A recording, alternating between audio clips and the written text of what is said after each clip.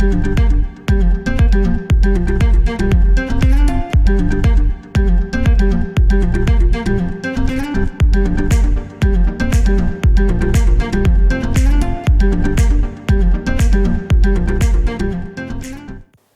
à tous et bienvenue dans 100%. Alors aujourd'hui, je ne suis ni sur une piste de kart ni sur un circuit, mais nous continuons d'explorer le sport automobile au féminin. Aujourd'hui, nous sommes 100% rallye à la rencontre de Marion Andrieux, première pilote à avoir remporté le mythique Rallye des Cimes et championne de France de rallye en catégorie T2. Je vous laisse découvrir qui se cache derrière ce casque.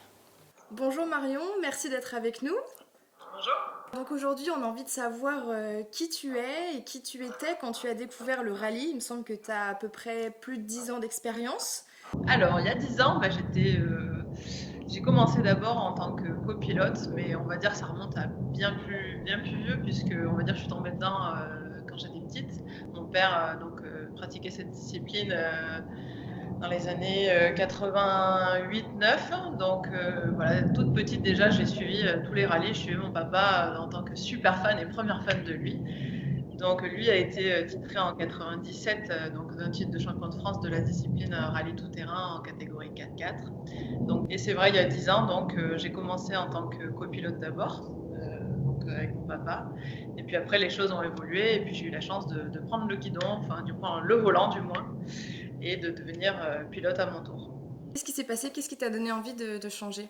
Alors les deux fois ont été un petit peu atypiques, puisque en fait je suis devenue copilote parce que mon père n'avait plus son copilote, et ça s'est passé un peu comme un défi. Il y avait un rallye qui était dans notre région où on est, dans le Cantal.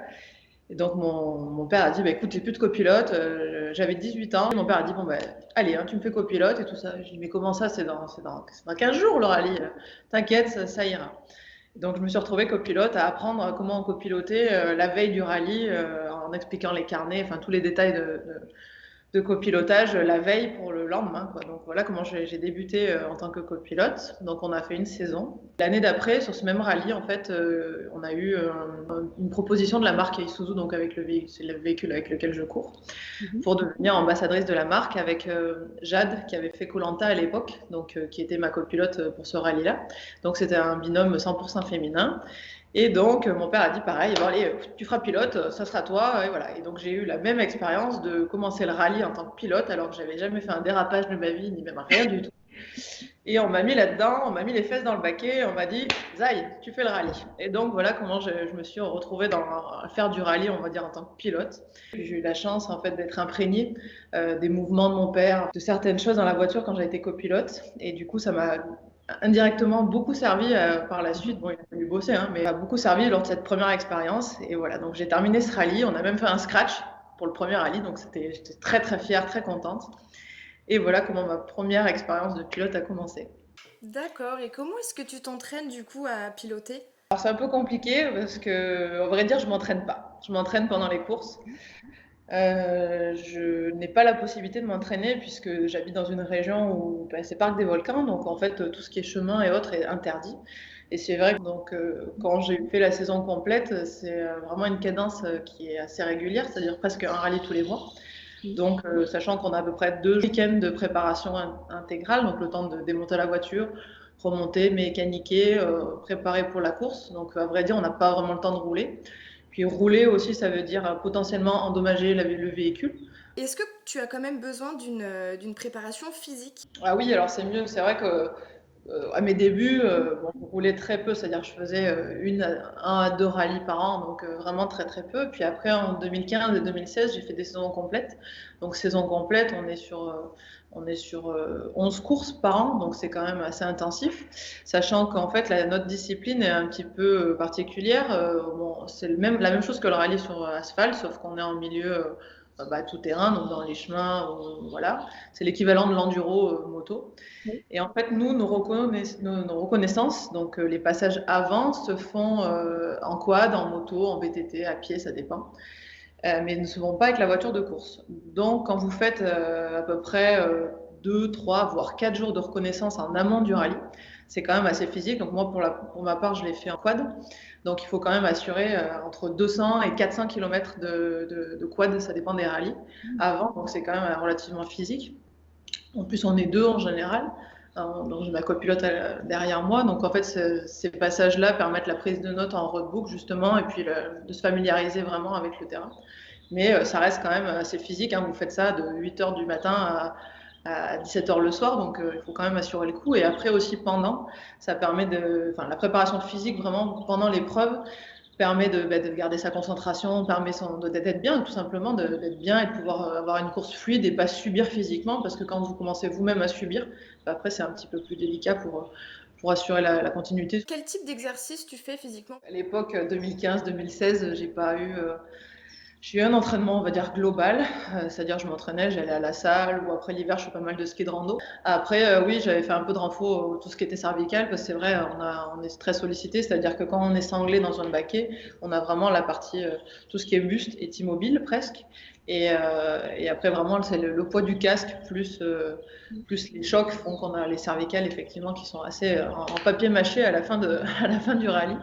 Donc c'est vrai, après je faisais un petit peu d'exo quand même pour tout ce qui était dos, ceinture abdominale et cervicale pour éviter d'être en compote pour aller travailler le lundi matin. Juste avant, tu nous parlais un petit peu de mécanique. Il y a forcément la partie après d'apprentissage de conduite. Mais est-ce que tu mets vraiment les mains dans le cambouis? Exactement. Alors pour moi, c'est vraiment super important, c'est-à-dire qu'un pilote se doit de connaître vraiment l'aspect mécanique, c'est important, c'est votre binôme. Donc, enfin, on va dire on est trois, hein. Il y a votre copilote et votre voiture si vous ne la connaissez pas, si vous ne savez pas détecter quand elle ne va pas, ou est-ce que c'est sérieux ce qu'elle a, ou est-ce que ça peut y aller, ça peut continuer, vous détectez un bruit, c'est important. Pourquoi? Parce que déjà, quand vous arrivez, il faut savoir qu'en rallye, on a très peu d'assistance, c'est-à-dire qu'on a à peu près 6 à 7 spéciales par jour. Et ces spéciales sont entrecoupées en fait de parties de mécanique, donc qu'on appelle assistance, et à peu près c'est entre 30 et 40 minutes, ça dépend des rallyes, ça dépend de l'organisation. Et donc pendant ces 30 minutes, ça passe très très vite, vous n'avez pas le temps de faire de très grosses interventions sur la voiture, donc en fait c'est important que le pilote soit capable d'identifier exactement le problème, le petit problème, le bruit, si c'est à l'avant, à l'arrière, si c'est lié à une roue, un pont, enfin voilà. C'est super important de nous analyser en amont pour après, dès qu'on arrive à l'assistance, dire directement ce qui ne va pas, pourquoi, est-ce que c'est grave, pas grave. Même nous, après, quand on roule, pendant la spéciale, de dire oula, il faut que je m'arrête, ça ne va pas du tout, ou dire c'est pas grave, je lève le pied, si je lève, ça va assurer jusqu'au fond et tout. Donc, c'est super important. Et après, je suis curieuse de nature, et puis je pose toujours des questions. Et donc, oui, je mets la main à la pâte, puis je pense que c'est important aussi. Quand on gagne pas seul, hein, on gagne en équipage, donc j'en ai deux. Mais après, c'est aussi une équipe, c'est global, c'est-à-dire qu'il y a mes mécanos, mon père qui est mécanique aussi. Et je pense que je me dois aussi de les aider, c'est important. Que c'est vraiment un travail 50-50. Et puis pour moi, je me devais voilà, je me dois de connaître. D'accord.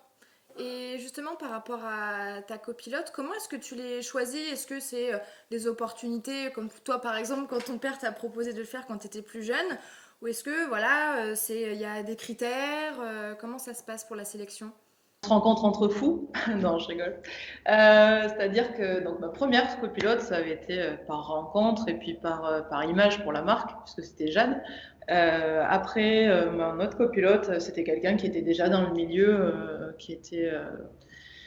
voilà, qui copilotait depuis longtemps. Et puis je lui ai proposé. Alors j'ai souvent plébiscité le fait d'être en équipage de filles. Pour moi, c'était important d'avoir une fille à côté de moi. J'ai fait une fois l'expérience non, deux fois, d'avoir des garçons. Mais c'est vrai que je préfère cette affinité féminine dans un cockpit, quoi. Après, on a vraiment, bon, choisir ses copilotes, c'est important parce qu'on doit vraiment avoir les mêmes longueurs d'onde et la même chose, quand il y a de la tension ou autre, c'est vraiment important d'être ensemble et de former vraiment un binôme, puisqu'il y a des situations, des fois, quand vous avez eu un accident, quand la situation est très tendue pendant le rallye et tout, c'est vraiment important de ne pas aller au clash et de garder son sang-froid et puis même de se tempérer, d'avoir quelqu'un à côté qui vous motive ou qui vous tempère, c'est important. Mon copilote actuel est Clémence et ça s'est fait un peu par hasard. Mon père se connaissait et donc en fait on s'est connus sur un podium, on s'est croisés sur un podium. Et mon autre copilote, en fait, est tombée enceinte, donc ne pouvait plus assurer le job. Et donc voilà, ça s'est fait comme ça, assez bêtement. Et puis c'est vrai qu'on a quand même très sympathisé, très accroché. C'est quelqu'un qui est très droit, qui est très pro dans son travail. Voilà, on a 10 ans d'écart. Donc elle était très jeune à l'époque, ça a été une des plus jeunes championnes. si ce n'est pas la plus jeune championne. Et c'est vrai qu'elle était très très pro, on s'est tout de suite bien entendu et on a eu la chance d'être titrés ensemble, donc championne de France. Tout à fait, il me semble qu'elle est née en 99. J'ai été aussi surprise de voir son âge, mais c'est vraiment super. Lors d'une précédente interview, donc on avait rencontré une pilote de karting qui nous a expliqué un petit peu son ressenti. Voilà, comment est-ce qu'elle devait faire face à ces hommes. Donc elle fait partie d'un équipage mixte, donc elle était avec 2 garçons. Donc elle nous a expliqué voilà un petit peu comment est-ce qu'elle ressentait la difficulté de s'imposer face à des hommes. Vous, comment est-ce que ça s'est passé? Est-ce que c'est une force pour vous de vous dire comme là, on est le seul équipage féminin? Alors, comparé aux cartes, on va dire que c'est un petit peu différent, puisqu'en karting, il court en circuit, donc c'est-à-dire passe clos et surtout en peloton. Donc, en fait, c'est vraiment pas la même approche. Nous, on est en rallye, on est seul face à notre machine et face au chrono. Donc, c'est un petit peu différent. Après, sincèrement, bon, je suis très fière, il n'y a pas de souci. C'est vrai qu'on a été souvent les seules féminines. Alors après, maintenant, c'est vrai qu'il y a beaucoup de femmes qui osent venir. Avant, c'était un petit peu plus timide. Maintenant, on en croise quand même beaucoup, notamment dans le milieu du copilotage, où vraiment les hommes apprécient vraiment d'avoir des femmes à côté d'eux, que ce soit par question de justesse ou peut-être, je sais pas. On est vraiment très précautionneuse en général, donc il y a beaucoup d'hommes qui aiment avoir des femmes en copilote. Après, nous, en tant qu'équipage féminin, pour moi, c'est toujours la même chose, c'est-à-dire que voilà, on est concurrent, qu'on soit femme ou homme, pour moi c'est la même chose, surtout quand on se bat avec le chrono. Donc en fait, il y a cette impartialité du chrono qui fait que ça soit vous êtes homme ou femme, ils n'ont rien à dire, quoi. Le chrono a parlé, donc c'est un peu une chance. Après, j'ai pratiqué d'autres disciplines. J'ai fait du cross à l'époque en quad ou autre, où on avait vraiment la même chose, un petit peu comme le kart, c'est-à-dire vous êtes en peloton, ils voient que vous êtes une fille, vous voyez deux paires de couettes qui dépassent d'un casque, ils ont plus cette animosité envers vous et ils seront peut-être plus salauds, on va dire. Mais vraiment en rallye, on n'a pas ce problème-là. Après, oui, vous avez toujours qui sont un petit peu plus misogynes que d'autres, hein, ça reste un milieu d'hommes. Mais voilà, moi j'ai gagné mes galons et je me suis fait un point d'honneur à gagner mes galons voilà, par la performance et je me suis battue d'autant plus. Voilà, vous êtes une femme, vous devez vous battre non pas pour performer, mais pour faire votre place. Et pour moi, voilà, je me devais d'être là, présente, et puis si je pouvais, même d'aller les chercher. Et c'est ce qu'on a fait avec Clémence. Et je pense on a performé grâce à notre sérieux et grâce à un travail d'équipe et grâce à, voilà, à beaucoup de travail. Et je pense que ça a payé. C'est beau de voir 2 femmes sur le podium, seul équipage féminin face à tous ces hommes. Mais est-ce que du coup c'est important pour toi de courir avec des hommes ou est-ce que tu es aussi intéressée par des courses 100% féminines? Alors moi, je préfère courir sincèrement avec des garçons. On va dire les reproches que je fais aux courses de femmes sont souvent beaucoup de femmes qui veulent se prouver quelque chose, mais je trouve qu'elles n'ont pas besoin d'être entre femmes pour se prouver quelque chose, hein. On est capable de se mesurer face aux hommes sans problème sur certaines disciplines, notamment le rallye, c'est-à-dire que bon, autant la F1, c'est un milieu qui est très très fermé, et je trouve ça dommage parce que je pense qu'on, même physiquement, voilà, autant préparer. On a, je pense, les capacités.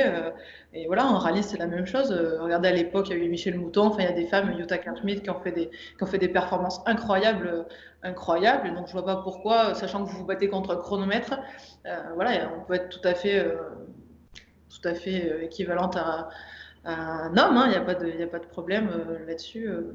Je vais rebondir un petit peu. Tout à l'heure, tu nous parlais du roadbook, on parlait un petit peu de copilote. Tu as réalisé une vidéo que tu m'as envoyée. Ce soir, la vidéo, je vous la fais à côté de Clémence, qui est en train de travailler dur pour faire le roadbook. Donc je sais pas si vous connaissez, mais le roadbook en rallye raid, c'est hyper important. Et ça prend surtout beaucoup de temps au copilote chaque soir à réaliser, puisqu'il passe en fonction des spéciales et de la longueur. Hier, tu as passé à peu près 2 heures, 2 heures et demie rien qu'à préparer le roadbook pour le lendemain. Donc c'est vraiment un gros boulot de la part du copilote, ça lui prend beaucoup de temps. C'est vraiment un petit peu technique quand même. Il y a des bonnes choses à savoir, des bonnes astuces pour permettre à faciliter les annonces le lendemain. Voilà, donc je sais pas si vous voyez, on utilise en fait différentes couleurs. L'organisation qui nous les donne le soir pour le lendemain, et en fait Clémence travaille le roadbook en mettant des couleurs, donc chaque code couleur a une importance. Où est-ce que tu l'as tournée cette vidéo? Alors, cette vidéo, on l'a faite avec Clémence à la Baja, donc Baja Aragon. Donc, c'est une manche de la Coupe du Monde donc ce rallye, mais c'est entre le rallye et le rallye raid en fait. Donc ça se passe en Espagne pour cette course-là. Donc voilà, c'est là par contre en termes de roadbook et de préparation, c'est pas du tout la même démarche qu'en rallye tout terrain en fait. Donc en championnat de France. En championnat de France, on a notre propre roadbook, c'est-à-dire que nous, durant les recos, on prend des notes. Donc moi, en l'occurrence, en dictaphone. Donc je dicte en fait toutes les notes que ma copilote va m'annoncer. Et le soir, on prépare le roadbook, c'est-à-dire qu'elle retranscrit sur un papier toutes les notes et tous les petits points que j'ai dictés pendant la spéciale qu'on a fait en quad. Et on fait en fait notre roadbook comme ça. En Baja, donc c'est un petit peu différent, puisque là on est sur des spéciales. En championnat de France, on est spécial entre 8 et 15 max kilomètres. Les Baja, vous êtes sur des spéciales entre 150 et 250 km, donc, et sans reconnaissance. Donc en fait, vous partez à l'aveugle et c'est uniquement le roadbook qui est donné par l'organisation qui est important. Donc en fait, il y a un gros travail. On est sur des pavés comme ça le soir quand l'organisation vous le donne, de préparation de roadbook. Donc si je comprends bien, finalement, le pilote connaît autant le roadbook que le copilote. En championnat de France, quand on a des épreuves courtes, donc du 10 km, du 8 km, c'est des épreuves de sprint, de méga sprint. Donc là, effectivement, comme on est passé en amont, on a fait des recos, effectivement, je connais mes spéciales et j'essaye de les apprendre sur le bout des doigts. Donc c'est vrai que ça nous aide beaucoup. C'est vrai qu'on a une oreille différente quand la copilote annonce les notes. On n'entend pas tout. On a vraiment une oreille sélective parce que c'est vraiment très compliqué de gérer une voiture, gérer le terrain, voir ce qui arrive. Et surtout, quand la copilote nous parle, elle nous annonce ce qui va arriver. Donc c'est interpréter ce qui arrive dans un endroit actuel. Donc c'est vraiment toute une gymnastique. Au début, c'est très difficile à apprendre ce mécanisme. Courbe droite pas corde, tout de suite arrière, courbe gauche. Donc voilà, en championnat c'est un petit peu différent, on a l'oreille sélective et on prend que des petits morceaux. Quand on a un trou ou quand on a un danger, hop, on capte uniquement dans le flux qu'elle nous annonce en permanence, on capte les mots qui nous intéressent. Parce qu'on connaît et voilà. Après on roule, du coup ça nous permet de rouler aussi à la limite et on va dire avec moins de sécurité puisqu'on connaît. En Baja, c'est un petit peu différent parce qu'on est sur des kilomètres, on est sur 200 bornes, 300 bornes et on ne connaît pas le terrain. Donc là, vraiment, sa parole, c'est nos yeux presque. Enfin, c'est 50% du boulot. Après, ça nous oblige aussi à baisser de cadence. Donc, on est sur une cadence qui est ralentie de 30-40% pour justement limiter les risques parce qu'un roadbook, par exemple en Baja, on va avoir pendant 2, 3, 4, 5 kilomètres où il n'y a pas, on nous annonce rien. Sauf que pendant ce temps-là, il se passe des choses. Donc là, vous êtes obligé vraiment de garder une marge d'erreur. Donc on n'a pas le même roulage et on n'a pas non plus la même écoute. Là, c'est-à-dire que je l'écoute, je capte tout ce qu'elle me dit. J'analyse tout ce qu'elle me dit. C'est un petit peu la différence entre ces deux disciplines. C'est un travail d'équipe. À quelle course tu aimerais participer ? Sans dire que tu vas le faire, mais c'est vrai que le Dakar, voilà, c'est le Graal. Il me semble que vous utilisez des voitures en plus qui sont similaires à celles du Dakar. Ah, bah, c'est le Saint Graal, hein. C'est le Saint Graal c'est le mythe de tout participant, on va dire, au championnat. Après, oui, effectivement, j'ai la chance. Donc, mon véhicule avec lequel je cours en championnat, donc c'est un Isuzu D-Max, qui est un ex-officiel, donc Dakar. Et après, j'ai eu la chance de faire la Baja également avec le team Sodicar, donc qui est présent au Dakar chaque année, qui est vraiment un gros team, donc avec un véhicule coque BMW moteur Chevrolet, et qui a également fait plusieurs fois le Dakar, notamment cette année, qui était encore présent au Dakar et qui l'a terminé. Donc oui, effectivement, c'est un rêve. Hein. Je suis la seule fille qui pleure devant chaque épisode du Dakar, de frissons et de joie chaque année. Hein. C'est vraiment un rêve de parler avec des gens qui l'ont fait. Voilà, mon père l'a fait 4 fois. Ah oui. Donc, quand j'étais petite, je regardais papa, je suivais sur l'Iritrac, sur l'écran de l'ordinateur, son avancée et tout ça. C'est magique. Voilà, j'ai vraiment été bercée là-dedans depuis gamine. Après, malheureusement. Voilà, il faut se faire une raison aussi. Les rêves, c'est beau, après ça fait avancer, mais un jour peut-être. Mais bon, pour l'instant, c'est une question de budget. Hein, c'est colossal le budget à accumuler pour pouvoir participer à ces épreuves-là. L'équipe avec qui tu roules participe au Dakar. Vous en avez déjà parlé ensemble ou pas ? Tout est question de finances. Donc en fait, c'est un team qui loue ses voitures. Si vous fournissez le budget, il n'y a pas de souci, vous pouvez rouler. Alors c'est vrai qu'au début, nous, on a toujours couru d'ailleurs sur nos fonds propres. Il n'y a que quand j'ai commencé à rouler à la Baja, donc en Coupe du Monde, où on a commencé à aller chercher des sponsors, puisque c'était suite à mon titre de championne de France. Et voilà, de jouer l'image féminin aussi, puisque à ces Bajas-là, il y avait des femmes, mais jamais d'équipage féminin. Donc ça nous a aidés, mais voilà, jusqu'à présent, on a toujours assuré en fonds propres. Donc après, là, on est sur d'autres budgets, c'est des budgets stratosphériques, quoi. Tu as vécu pas mal d'expériences différentes. Parmi tout ça, quel est ton meilleur souvenir? Ah, j'en ai plein. On va dire que le plus beau souvenir, ça va être le rallye des Cimes. Donc c'est un rallye qui est mythique. Vraiment, c'est vraiment un rallye, c'est le plus vieux rallye de la discipline. Et en fait, on a été les premières femmes avec mon ancienne copilote Coralie à remporter ce titre dans la catégorie 4x4. C'était jamais arrivé. Donc on a été les premières femmes à le gagner et c'est vrai que c'était un rallye qui me tient particulièrement à cœur puisque quand j'étais petite, il y avait 2 choses qui me tenaient à cœur, c'était la fête de fin d'école, de fin d'année, et le rallye des Cimes qui était à la rentrée et j'avais le droit de louper 2 jours d'école pour aller au rallye des Cimes voir papa. Ah oui, d'accord. Donc c'est vraiment le truc que j'attendais toute l'année. Donc me mettre, voilà, en fait l'arrivée de ce rallye est mythique, on a une montée comme ça pendant 500 ou 600 mètres, vraiment à pic. Et on monte une grande montagne en fait et l'arrivée est tout en haut de cette montagne. Et quand j'étais petite, je me mettais en bas, je me regardais avec mes yeux d'enfant, tout émerveillé, mon papa montait cette Madeleine. Et puis c'est vrai que voilà, en 2015, donc, j'ai eu la chance de gagner ce rallye pour la première fois. Je me suis souvent employée, hein. J'ai été souvent à ça de gagner. Les années précédentes, j'ai abandonné à 10 mètres de l'arrivée en tête. Donc voilà, je me suis souvent cassé les dents à ce rallye. C'était vraiment très dur pour moi. Et du coup, avec toute cette expérience, on a failli plusieurs fois la gagner. Et puis en 2015, on a enfin succédé aux hommes et on est devenues les premières femmes à remporter avec bonheur ce rallye. Je comprends que ce soit l'un de tes meilleurs souvenirs. Est-ce qu'on va avoir la chance de pouvoir te voir dans une course prochainement? On est en train de travailler sur le dossier puisque on est en train de remonter un moteur de ma voiture pour le championnat de France. Après, les circonstances actuelles font qu'il y a pas mal de rallyes qui ont été annulés là, donc on va voir aussi ce qui va toujours être maintenu au calendrier. Mais je pense que oui, pourquoi pas, on va essayer de refaire le rallye des Cimes cette année qui se tient en septembre. On va refaire un petit peu de prépa sur la voiture. Et puis voilà, pourquoi pas refaire une Baja, ça me tient à cœur. Peut-être une autre Baja, il y a Espagne, et pourquoi pas au Portugal aussi, j'aimerais bien courir. Et puis m'essayer à d'autres disciplines, c'est-à-dire que vraiment partir sur le rallye raid, donc où là on est vraiment en désert, dune, vraiment c'est un pilotage complètement et une technique complètement différente. Donc ouais, pourquoi pas changer carrément de voie. Écoute, je te le souhaite, on te suivra. Merci beaucoup d'avoir été avec nous aujourd'hui, c'était un vrai plaisir d'échanger avec toi et puis je te souhaite bon courage pour la suite et puis à bientôt. Merci, c'est aussi un plaisir toujours de partager notre passion. C'est important, je pense, dans la vie d'avoir une passion, ça vous tire toujours vers le haut.